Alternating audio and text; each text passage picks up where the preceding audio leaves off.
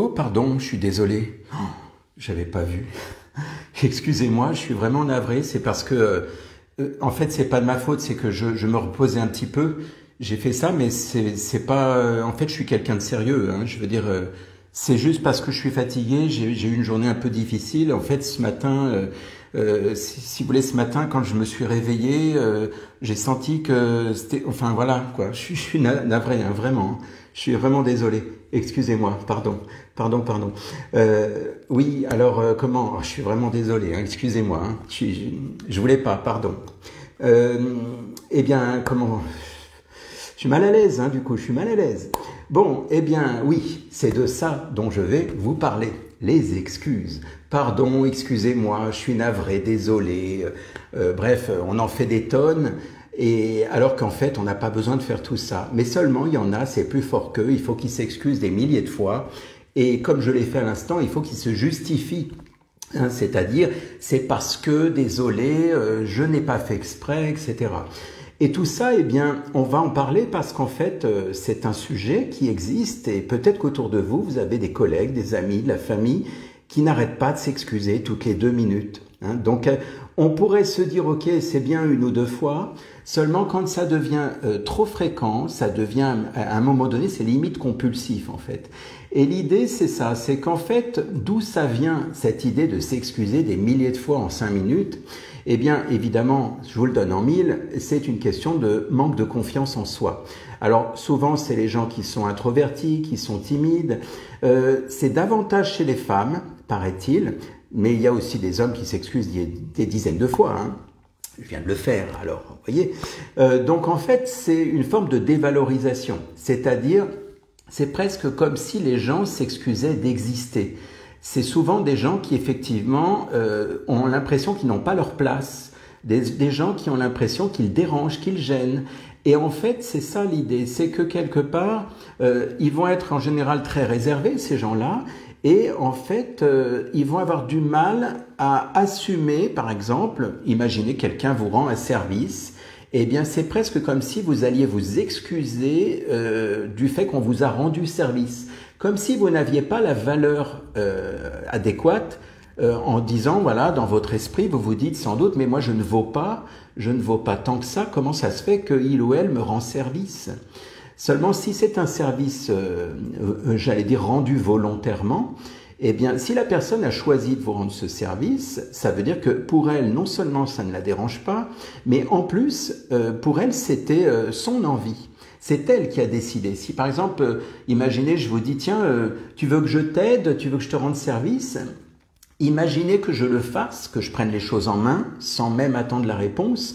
Eh bien, parfois, il y a des gens qui vont comme ça s'excuser en disant, je suis désolé, hein, excuse-moi. Hein. Alors qu'en fait, non, si moi j'ai été volontaire pour rendre le service à la personne, pourquoi cette personne va s'excuser alors que je lui ai proposé? Même chose, imaginez, je sais pas, moi je veux raccompagner quelqu'un et donc je fais un détour, je décide de faire un détour en disant oui, je vais vous emmener par exemple jusqu'à votre domicile.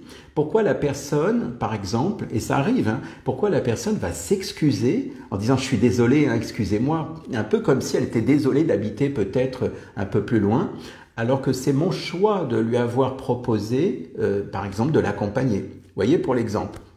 Il faut bien donner un exemple. En fait, l'idée c'est ça, c'est simplement de dire merci, mais ne pas être désolé. La personne voulait vous rendre ce service, elle vous a rendu service, donc quelque part, ne soyons pas désolés. Ça, à la limite, c'est plutôt même, on devrait presque prendre ça comme un compliment, de dire en fait, c'est comme si on disait je te remercie de prendre soin de moi ou de me rendre ce service, quoi, en fait. Voilà, donc l'idée c'est ça, c'est que souvent il y a des personnes qui sont désolées parce qu'on est volontaire pour leur rendre service. C'est surprenant quand même. Hein. Et l'idée, c'est en fait d'arriver à assumer en tant qu'adulte. Parce que quelque part, si vous êtes dans la justification, vous n'êtes pas réellement dans une réelle excuse. La vraie excuse, c'est une excuse avec humilité, mais en même temps une excuse qui est en rapport avec le fait d'être un adulte. C'est-à-dire une excuse, par exemple, si je suis en retard, par exemple, si j'ai fait une erreur, eh bien, j'ai le droit de dire « veuillez m'excuser ». Hein, voilà, excusez-moi pour mon retard ou veuillez m'excuser pour mon erreur. Eh bien, ça, c'est une excuse assumée. Si j'assume ceci, alors c'est acceptable. En revanche, si je dis excusez-moi, c'est parce que, vous comprenez, en fait, il s'est passé ça et voilà. J'ai déjà évoqué ce sujet, hein, d'ailleurs, à ce propos, parce qu'un jour, j'ai dû parler du triangle de Karpman. Vous savez, ce qu'on appelle le triangle dramatique avec le persécuteur, le sauveur et la victime. Et on est en plein dedans. C'est-à-dire que si je m'excuse ou je demande à ce qu'on m'excuse en étant confus, en étant en train de me justifier, en disant oui mais vous comprenez c'est pas de ma faute parce que ci ou ça, là je deviens une victime. Et le but n'est pas de s'excuser en mode victime parce que ça c'est très agaçant pour la personne qui va par exemple dire oui non mais c'est bon, ça ira. Et si vous en rajoutez une couche, puis une deuxième, puis une troisième, là on va se dire non, c'est pas possible, c'est bon quoi. Voilà. Donc l'idée c'est vraiment d'assumer en tant qu'adulte. Vous êtes en mode adulte, vous assumez en disant écoutez, ok, excusez-moi, je suis en retard, ou excusez-moi, c'est de ma faute, j'ai fait une erreur. Voilà, c'est presque comme pour dire je reconnais que j'ai fait une erreur, ou je reconnais que je suis en retard. Et donc à partir de là, stop, c'est bon, c'est suffisant. Il n'y a pas besoin d'expliquer pourquoi je suis en retard, pas besoin d'expliquer pourquoi j'ai fait une erreur. Voilà, donc c'est juste le fait d'assumer simplement. Pourquoi j'en parle? Parce que c'est quelque chose de très fréquent et il y en a beaucoup, surtout ceux qui se dévalorisent, ceux qui ont l'impression de déranger, qui ont l'impression qu'ils n'ont pas leur place ici, j'allais presque dire dans leur corps, sur cette terre. Voilà, c'est-à-dire que lorsque vous vous excusez à ce point, c'est comme si vous aviez l'impression que vous êtes de trop. Comme si vous aviez l'impression que c'est pas de ma faute d'exister. Vous voyez l'idée? Bon, ça paraît exagéré, mais je vous assure qu'il y en a vraiment, c'est presque, je suis vraiment désolé. Hein, c'est comme si la personne disait, je suis désolé, c'est pas moi qui ai décidé de naître, hein, et excusez-moi d'exister. Donc l'idée c'est ça. Même chose, donc pas de justification, pas d'excuse à outrance. Même chose si par exemple, prenons l'exemple d'une poignée de main, vous ratez la poignée de main, ça arrive des fois. On serre la main à quelqu'un puis on se loupe. Et puis souvent on entend pardon, excusez-moi. Mais en fait vous ne savez pas qui a raté finalement. C'est la synchronisation qui ne s'est pas faite comme il faut. Pourquoi s'excuser de ça? Voilà, donc en fait, ça c'est très important donc de pouvoir finalement éviter de se justifier, de se rouler, on va dire, presque dans la boue, comme pour dire, voilà, excusez-moi, pardon, désolé, comme j'ai fait au début. Voilà, alors maintenant on a aussi l'inverse, parce que c'est vrai que vous avez des gens qui sont dans l'excuse extrême, et vous avez les gens qui refusent de s'excuser. Alors là, c'est autre chose. Là, c'est une question d'ego. C'est-à-dire que là, c'est des gens qui n'ont pas réellement de reconnaissance vis-à-vis de l'autre. C'est-à-dire que si je ne m'excuse pas, par exemple, j'arrive comme ça, je suis en retard en pleine réunion et je ne m'excuse pas, en gros, c'est bon, hein, c'est normal. Hein, arrêtez de m'en vouloir, quoi. C'est presque un manque d'empathie. C'est presque comme si je disais les autres, je m'en fiche royalement, de toute façon, je suis en retard ou j'ai fait une erreur, eh bien, c'est bon, c'est pas mon problème. Voilà. Donc ça, c'est important aussi donc de le prendre en considération parce que les gens qui manquent de s'excuser, qui refusent de s'excuser, ça existe aussi. C'est presque une forme d'insolence. C'est presque comme pour dire c'est bon, je vais pas me rabaisser parce que pour eux c'est une forme d'humiliation. C'est-à-dire que quelque part, quelqu'un qui refuse de s'excuser, à l'inverse donc de tout à l'heure, quelqu'un qui refuse pour lui c'est comme si s'excuser c'est se rabaisser. Là encore, cette personne n'a pas conscience que s'excuser, ça peut être s'excuser en mode adulte, sans se justifier. Évidemment, si je me justifie, je me rabaisse. Là, dans ce cas, effectivement. Mais moi, je parle de s'excuser en conscience, s'excuser en adulte, en assumant, en disant, voilà, je suis responsable, hein, je suis responsable, effectivement, j'ai fait telle erreur, effectivement, c'est de ma faute, mais pas c'est de ma faute, pitié, ne me frappez pas, hein, c'est pas ça. Ça serait de l'humiliation, effectivement. Et là, je comprendrais celui qui dit, oui, mais moi, j'ai pas envie de m'excuser parce que c'est me rabaisser. Se rabaisser, c'est vraiment quand on est vraiment dans la dévalorisation, c'est-à-dire dévalorisation, ça veut dire je suis en dessous, je considère que je n'ai aucune valeur.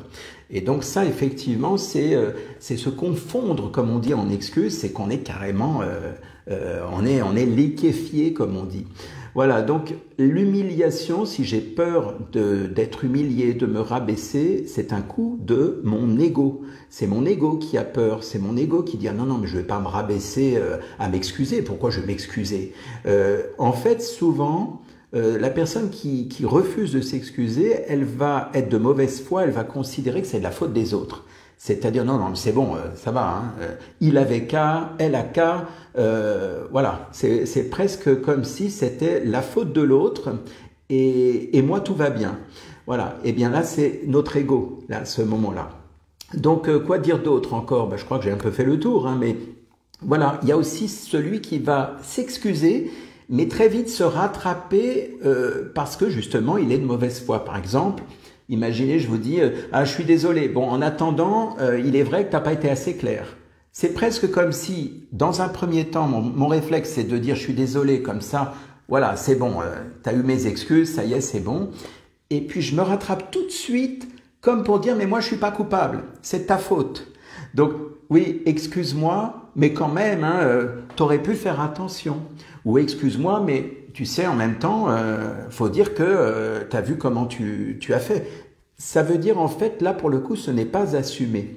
Là, c'est pareil, c'est une excuse qui n'est pas assumée, puisque finalement, il y a un oui, mais. Ça veut dire, excuse-moi, mais.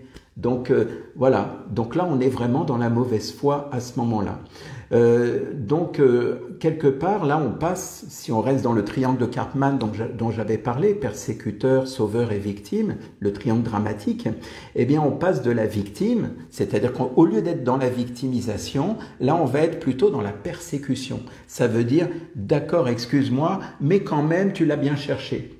Et donc, si j'en suis à ce stade, eh bien, effectivement, ça veut dire que quelque part, je n'assume pas, je suis irresponsable. Je considère que rien n'est de ma faute, que tout est de la faute des autres et que moi, je n'ai rien fait de mal. Voilà, c'est un peu les deux extrêmes entre la victimisation où on se justifie à outrance et la persécution où on va se justifier indirectement en disant « oui, excuse-moi, seulement » ou « mais » par exemple, seulement tu l'as cherché, ou oui, excuse-moi, mais faut dire que tu as mal démarré, ou etc. Bon, voilà, donc je pense que tout ça c'est clair, ça fait réfléchir. Donc surtout, voilà, pour résumer, j'allais dire, l'idée c'est de ne pas avoir peur de s'excuser, de ne pas avoir peur de dire je suis désolé, mais tout dépend comment vous le dites. C'est vraiment une question de formulation. Voilà, donc non pas se confondre en excuses, non pas se rabaisser, mais simplement quelque chose de franc et d'honnête en regardant la personne droit dans les yeux, comme je le fais là maintenant. Voilà, eh bien, n'hésitez pas si vous voulez mettre des petits messages par rapport à vos expériences réciproques, parce que vous avez peut-être dans votre travail, dans la famille, des gens qui n'arrêtent pas de s'excuser. Je sais pas si vous les laissez passer devant, par exemple, en disant ben vas-y, je t'en prie. Oh pardon, excuse-moi. Hein. Ben non, pourquoi? Puisque c'est vous qui avez autorisé la personne à vous passer devant. Voilà, donc il n'y a pas à s'excuser de ça. Voilà, ben je pense que je vais pas me faire plus long. Je pense qu'on a fait le tour de la question. Alors bonne soirée à tous et puis eh bien à très bientôt. Puis excusez-moi. Hein. Bonne soirée.